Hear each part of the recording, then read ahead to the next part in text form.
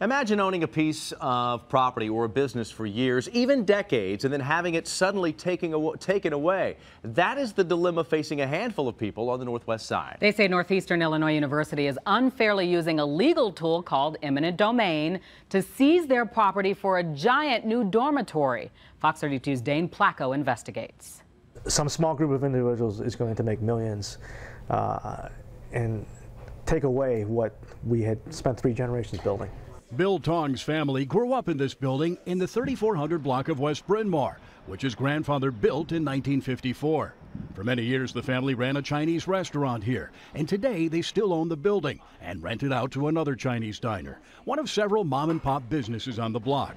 But now, nearby Northeastern Illinois University wants to tear them all down and build a 500-room dormitory using a legal tool called eminent domain. It was my understanding that eminent domain was to be invoked as a last resort, not as a tool of convenience.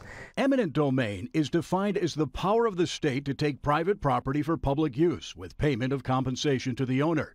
It's frequently used by governments when acquiring property to build roads, schools, or other public projects. But the people who own and work in these businesses on Bryn Mawr say using it here is an abuse of government power. We're certainly shaken. The thing is, we've had sleepless nights. Rosemary Beal and her son Garrick own a commercial property they lease to a bank. They argue Northeastern Illinois already has plenty of room to build the dormitory without taking theirs. Northeastern is sitting on acres of land, and we knew that they had parcels of land that they could develop without involving a land grab. Indeed, from Air Fox, you can see about half of the 67-acre campus is comprised of parking lots, green space, and athletic fields. But a university spokesman says much of that is already earmarked for future development.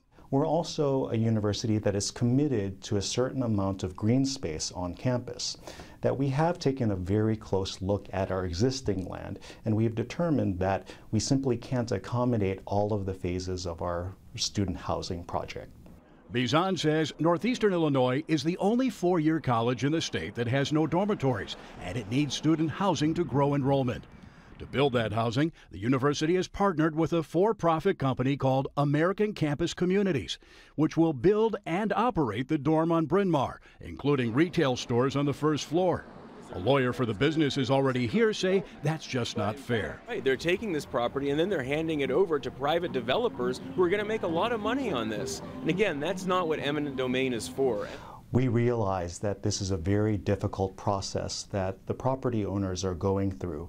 And like I said before, eminent domain is not the outcome that we had hoped to have seen, but it was really the only option that was available to us. The university says it was forced to use the legal tool because the owners refused their initial offer.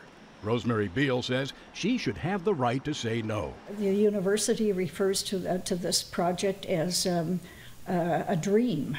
However, for those who are going to lose a home, a business, property, this is not an American dream, certainly. It's an American nightmare.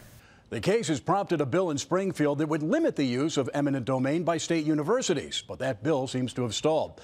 39th Ward Alderman Margaret Lorino says she would have preferred eminent domain not be used, but says she has no authority to stop the project in her ward. Back to you.